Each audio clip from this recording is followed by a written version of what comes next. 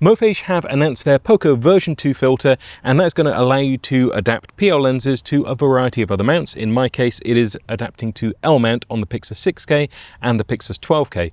For the past maybe 5 months now, I've been testing this out for Mofage. They sent it through to me and just said, take it out on the shoots, see how it fares. And before that, I was actually using the POCO version 1 extensively, and I've continued to use that. So I will often be filming with both of those L mount cameras, and I'll need to adapt PL lenses.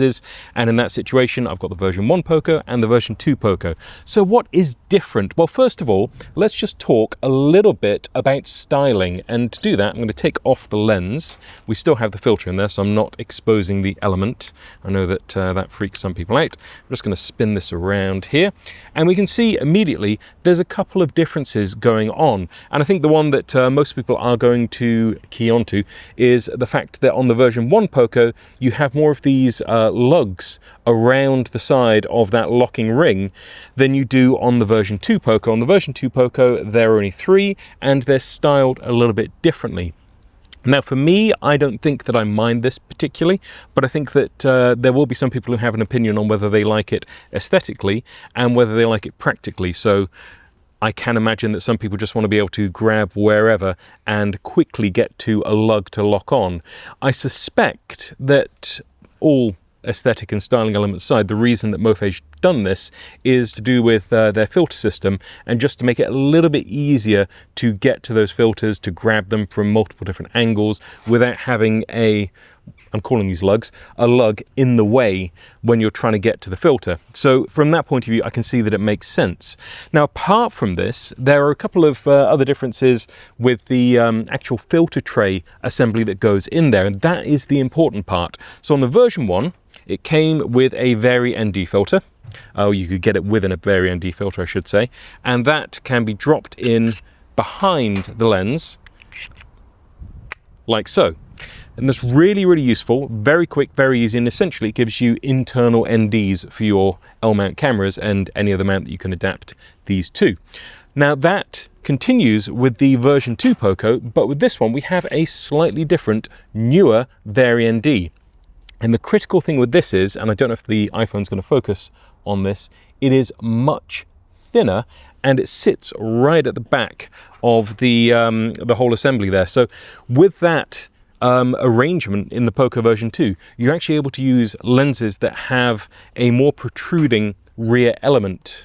So this doesn't necessarily have a protruding rear element. I don't think it would have been a problem. It's the dual lens Cambrian Prime.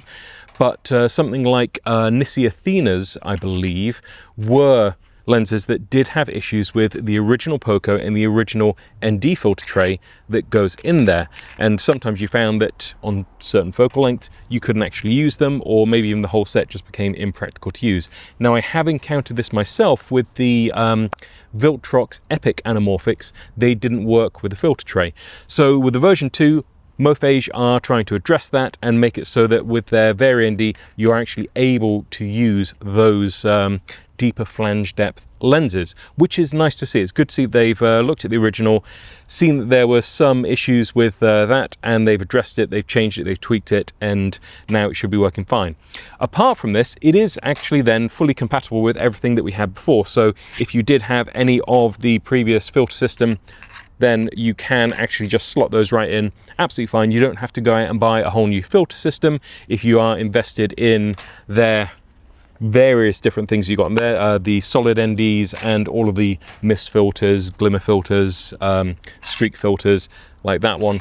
They will work just fine in the version 2. So this is a subtle change. If you weren't noticing a problem with your version 1 POCO, I would say that there's no immediate need to go out and just buy the new one.